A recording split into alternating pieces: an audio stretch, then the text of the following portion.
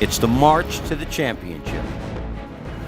Let's take care of one of the early games for you at the Verizon Center in Washington, D.C. on Thursday. Marquette going against Miami. Brian Blessing, Richie B, the Linemakers on Sporting News. Rich, it's a game open 5, and we've seen it bump up to 5.5, or even a few 6s that are out there. Total's pretty firm, 127. Let's start with Marquette.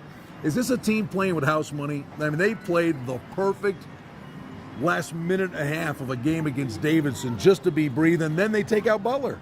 Yeah, they got the 2 wins, Brian, by a total of 3 points. They failed to cover both of those spots. I was very surprised to see them cover and beat Davidson. I didn't think they had a prayer against Butler either, so I took the points in both those spots and that's the way to go. This was a team that a lot of people gave grief to for being a number 3 seed. Let's talk about Miami. This is kind of uncharted waters for this team. I think we've rallied around the fact they're a 2 seed, not a 1. Acting like they belong, but they got a little injury concern here. Yeah, well, it's been announced that Johnson's got a knee injury, and his status is uncertain. Probably not going to play in the game.